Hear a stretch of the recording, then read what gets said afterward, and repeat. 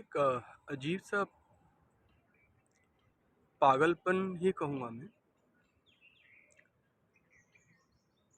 बच्चों के प्रति माता-पिता का जो प्रेम है, वो काफ़ी डिजिटल होता जा रहा है समय के साथ। डिजिटल से मेरा मतलब है कि लेन-देन वाली बात हो रही है, हिसाब-किताब वाली बात हो रही है।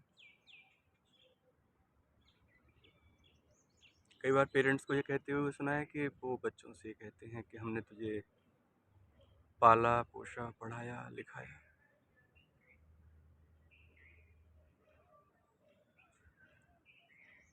मीन्स ये तो एक नेचुरल सिस्टम है, प्रकृति का नियम है ये। इसमें एक जनरेशन दूसरी जनरेशन को रेज़ करती है। अब अंग्रेज़ों के या मुग़लों के ज़माने तक तो क्यों जाना,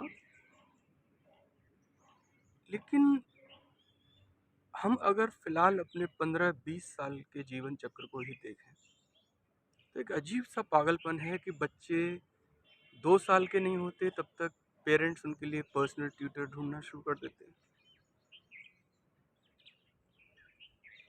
नाम मात्र का है प्ले वे स्कूल, वहाँ छोड़ने की कोशिश करते हैं। वहाँ पे बच्चों को do this and do that, I hope you understand, कि do this and do that, इसके अलावा कुछ नहीं सिखाया जाता। क्रिएटिविटी क्या होती है, शायद वैज्ञानिक दृष्टिकोण से समझा जाए तो यह उम्र, ये 2-3 साल की जो उम्र होती है, 4 साल की उम्र होती है, ये सबसे ज़्यादा क्रिएटिव और सबसे ज़्यादा इसी उम्र में बच्चा सीखता है।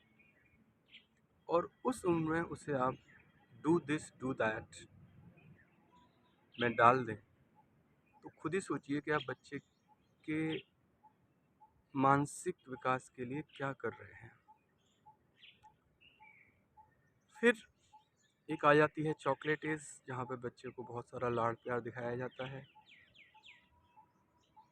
और आज के वक्त में तो मैं इसे ईएमआई युग भी बोलता हूँ कि बिना किसी प्रायोरिटी प्राथमिकता के तय किए हुए पति पत्नी बहुत सारे खर्चे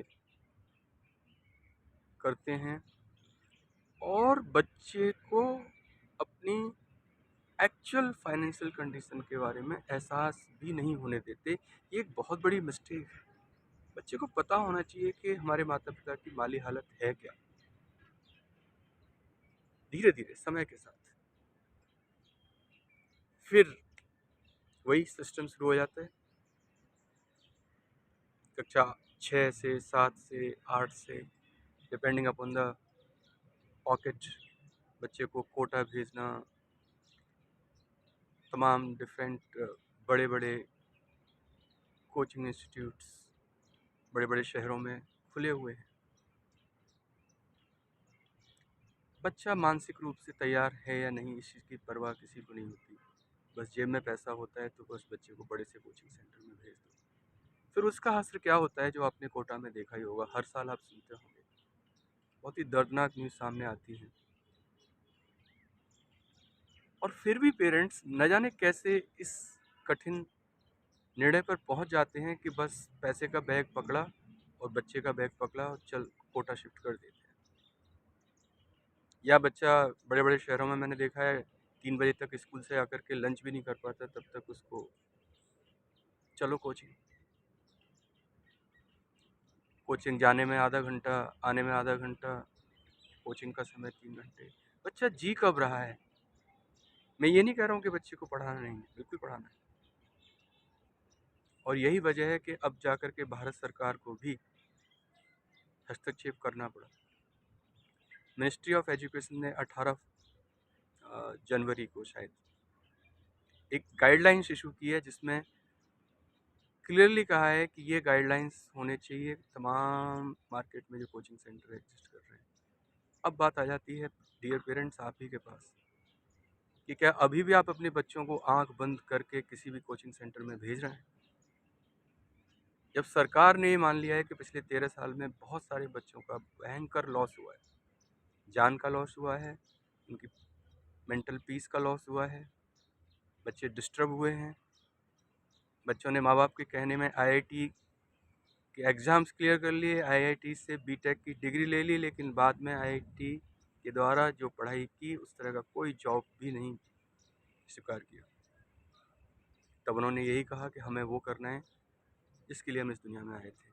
तो मेरा यही निवेदन रहेगा सभी माता पिताओं से जो आज की डेट में अपने बच्चों को लालन पालन में लगे हुए हैं कि कृपया अपने बच्चे को जानिए, नो योर चाइल्ड फर्स्ट, उससे एक इमोशनल रिश्ता बनाइए।